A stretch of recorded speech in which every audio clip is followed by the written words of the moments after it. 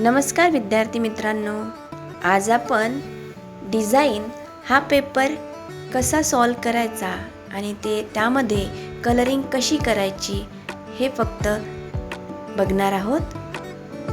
त्यासाठी मी वेगळ्या डिझाईन दाखवते आहे।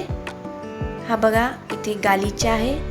या गालिच्यामध्ये मी टेन्सिल या प्रिंटचा यूज केलेला आहे। टेन्सिल हे आपण एका जाड्या पेपरवर ड्रॉ करून घ्यायचं आणि प्लेन कलर मारल्यानंतर त्यावर तो टेन्सिल ठेवून टूथब्रशनी त्यावर प्रिंट घेतलेली आहे। हा आपला टेक्स्चरचा प्रकारमध्ये जातो आणि याला भरपूर छान मार्क मिळू शकतात। दुसरी डिझाईन आहे फ्लावर पॉट। यामध्ये रिलेटेड शेड घेतलेले आहे, लाल, जांभळा आणि पिवळा। या तीन शेडचे आपण विविध लाईट टू डार्क असे शेड पाडून बाह्य भागामध्ये डार्क शेड घेतले आहे आणि आतल्या भागामध्ये लाईट शेड असा हा फ्लावर पॉट तयार करून कलर केलेला आहे। तुम्हाला अशा प्रकारे कलर पद्धती वापरायची आहे।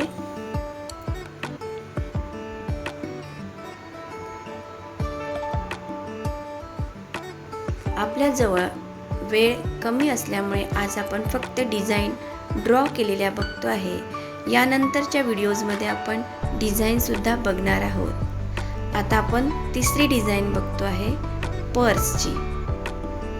पर्सवर बघा, आपण इथे एकाच शेडनी कलर केलेला आहे। जो ग्रीन कलर आहे त्याचेच लाईट टू डार्क शेड पाडून त्याला 3D इफेक्ट दिलेला आहे। याशिवाय आपण त्यावर नक्षीकाम सुद्धा केलेले आहे। डिझाईनमध्ये बारीक नक्षीकामाला अधिक महत्त्व दिले जाते, त्यामुळे कलर शेड बरोबर तुमचे नक्षीकाम हे देखील महत्त्वाचे असते। अशा प्रकारचे नक्षीकाम करून तुम्ही डिझाईन केल्यास तुम्हाला चांगले ग्रेड पडतील।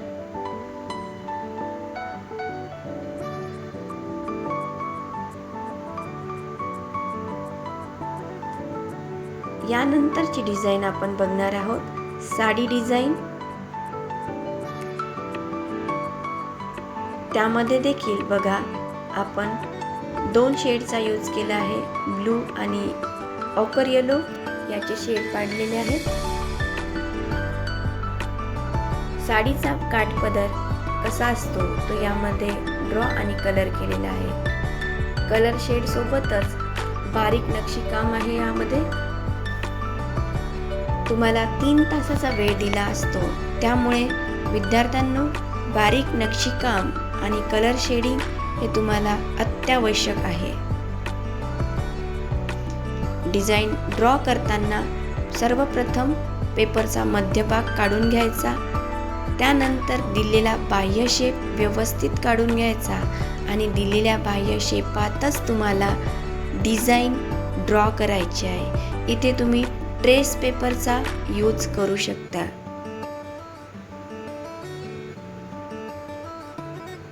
त्यानंतर आपण डिझाईन बघतो आहे पार्टिशन। जुन्या काळात जे लाकडांचे पार्टिशन्स राहायचे ते इथे आपण ड्रॉ आणि कलर केलेले आहे। बघा, लाकडाचाच कलर आपण इथे यूज केलेला आहे। ब्राऊन, ऑकर येलो आणि व्हाईट असे 3 शेड मिक्स करून एकातूनच आपण विविध रंग तयार केले आणि ही डिझाईन पूर्ण केलेली आहे। इथे सुद्धा आपण ट्रेस पेपरचा यूज केलेला आहे। ट्रेस पेपर यूज करूनच डिझाईन पूर्ण करत चला, कारण की 2-3 पार्ट जितके तुम्ही घ्याल ते सारखे यायलाच हवे आणि त्यानंतरच कलरिंग करायची आहे। डिझाईन कलरिंगची घाई न करता पहिले ती प्रॉपर ड्रॉ करून घ्या। यासारखे व्हिडिओ बघण्यासाठी व्हिडिओला लाईक, शेअर आणि सबस्क्राईब करत चला आणि एलिमेंटरी इंटरमिजिएटचे विविध नियम बघत चला। धन्यवाद।